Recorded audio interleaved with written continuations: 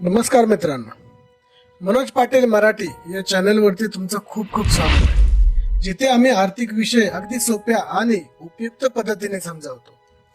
आजचा विषय आहे कर्जमुक्त जीवन, आणि हे साध्य करण्यासाठी दोन महत्त्वाच्या पद्धती आज आपण इथे जाणून घेणार आहोत। एक म्हणजे स्नोबॉल आणि दुसरी आहे ॲव्हालांच मेथड। जर तुम्हाला तुमच्या कर्जाच्या विळख्यातून मुक्त होऊन आर्थिक स्थिरतेकडे जायचं असेल तर हा व्हिडिओ शेवटपर्यंत पहा।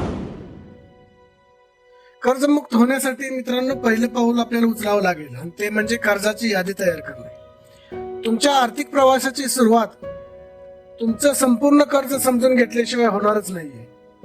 म्हणून सगळ्यात आधी तुमच्याकडे किती आणि कोणत्या प्रकारचं कर्ज आहे आणि त्याची यादी तयार करा। यामध्ये कर्जाची रक्कम, व्याजदर, तुम्हाला महिन्याकाठी भरावी लागणारी किमान रक्कम यांचा समावेश करा। उदाहरणार्थ क्रेडिट कार्ड, बिल्स, गृह कर्ज, वैयक्तिक कर्ज आणि वाहन कर्ज। दुसरं म्हणजे बजेट तयार करणं। तुमच्या महिन्याच्या उत्पन्नाचा आणि खर्चाचा हिशेब करा। त्यातून जास्तीत जास्त रक्कम कर्ज फेडीसाठी कशी बाजूला ठेवता येईल याचा विचार करा। गरजेपुरताच खर्च करा, अनावश्यक खर्च कटाक्षाने कमी करा। उदाहरणार्थ बाहेर खाणं, फालतू शॉपिंग केल्याने किंवा फालतू शॉपिंग कमी केल्याने मोठा फरक पडतो। तर आता आपण जाणून घेणार आहोत ॲव्हालांच मेथड काय आहे। ॲव्हालांच मेथड म्हणजेच जास्त व्याजाच्या कर्जापासून आपण इथे सुरुवात करू शकतो। ॲव्हालांच पद्धती मध्ये आपण जाणून घेणार आहोत की सर्वप्रथम आपण त्या कर्जाला प्रायोरिटी देणार आहोत ज्या कर्जाचा व्याजदर सर्वात जास्त आहे। याचाच अर्थ तुमचं सर्वाधिक खर्चिक कर्ज आधी फेडण्यावर तुमचं लक्ष केंद्रित तुम्ही करायचं आहे। इतर कर्जांवर किमान रक्कम भरा, मात्र जास्त व्याज असलेल्या कर्जावर किंवा जास्त व्याज असणाऱ्या तुमच्या कर्जावरती तुमचं जास्त लक्ष असणं महत्वाचं आहे। उदाहरणार्थ मानूया की तुमच्याकडे 1 लाख कर्ज आहे आणि ज्यावरती 20% व्याजदर चालू आहे। दुसरं कर्ज आहे 50,000 आणि त्याच्यावरती आहे 10% व्याजदर। आणि अशा परिस्थितीत तुम्ही ॲव्हालांच पद्धतीनं 20% व्याजदर असणारं कर्ज आधी फेडाल आणि त्याचा फायदा मिळवाल, कारण त्यामुळे व्याजावरती होणारा खर्च जलद गतीने कमी होतो। ही पद्धत तुम्हाला व्याजामध्ये बचत करून पैसे लवकरच इतर उद्दिष्टांसाठी वापरता येतील, परंतु यासाठी तुम्हाला आर्थिक शिस्त पाळणं फार महत्वाचं आहे।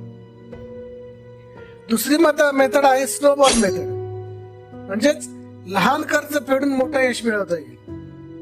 स्नोबॉल पद्धत ही थोड्या वेगळ्या मानसिकतेवर आधारित आहे। यामध्ये सगळ्यात लहान रकमेचं कर्ज प्रथम फेडावं लागतं, मग त्या कर्जाच्या फेडीचा उत्साह आणि आनंद अनुभवून उर्वरित कर्जांकडे वळायचं असतं। समजा तुमच्याकडे 10,000, 50,000 आणि 1 लाख रकमेची 3 कर्ज आहेत। या पद्धतीत तुम्ही प्रथम 10,000 रुपयाचं कर्ज फेडाल, त्यानंतर 50,000 आणि शेवटी 1 लाख रुपये। लहान रक्कम फेडल्याचा आनंद तुम्हाला पुढच्या मोठ्या कर्जासाठी आत्मविश्वास आणि प्रोत्साहन देईल। याचा फायदा असा की ही पद्धत मानसिक दृष्टिकोनातून फायदेशीर आहे।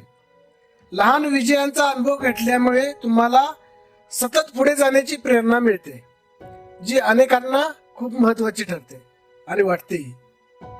तर तुमच्यासाठी मित्रांनो कोणती पद्धत योग्य आहे? जर तुमचं मुख्य उद्दिष्ट पैसे वाचवणं आणि जास्तीत जास्त व्याज कमी करणं असेल तर ॲव्हालांच पद्धत योग्य ठरेल। मात्र जर तुम्हाला प्रेरणा टिकवून ठेवायची असेल आणि लहान यशांमधून प्रगती साधायची असेल तर स्नोबॉल पद्धत ही तुमच्यासाठी योग्य आहे। दोन्ही पद्धतींचा वापर परिस्थितीनुसार करता येईल याचा विचार करा। काही महत्वाचे टिप्स मी या ठिकाणी तुम्हाला शेवटी सांगणार आहे। प्रत्येक महिन्यात शिस्तबद्धपणे कर्ज फेडीसाठी पैसे बाजूला ठेवा।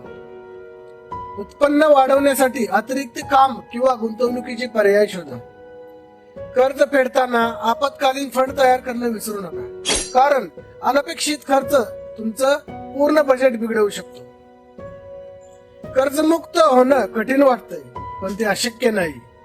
योग्य पद्धत आणि शिस्त पाळल्याने तुम्ही नक्कीच आर्थिक स्वातंत्र्य साध्य करू शकता।